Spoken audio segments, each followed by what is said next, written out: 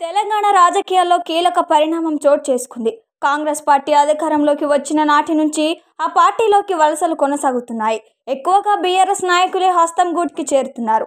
ఈ క్రమంలో Rajendranagar BRS MLA Prakash Goud కాంగ్రెస్లో చేరబోతున్నారనే ప్రచారం జోరుగా కొనసాగుతుంది.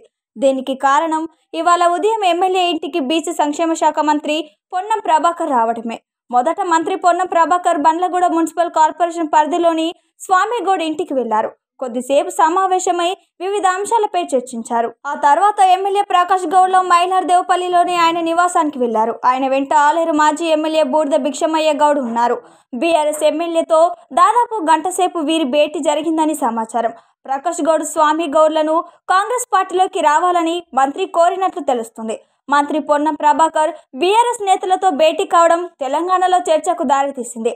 వాటిని కాంగ్రెస్ పార్టీలోకి తీసుకువెళ్లేందుకు ఆయన సమావేశమైనట్లు స్థానికంగా చర్చించుకుంటున్నారు.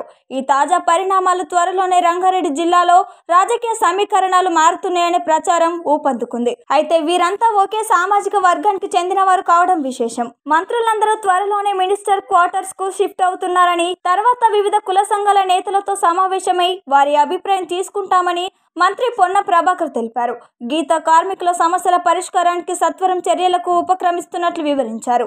అన్ని దేవాలయాల్లో ఆయా సంఘాల భవనాలు ఉండాలని కోరుకుంటున్నానని మంత్రి వెల్లడించారు. అయితే బీఆర్ఎస్ నేతలతో సమావేశం మర్యాదపూర్వక భేటీ అని మంత్రి పొన్నం పేర్కొన్నారు. రాజకీయ అంశాలు చర్చకు రాలేదని చెప్పడం గమనార్హం.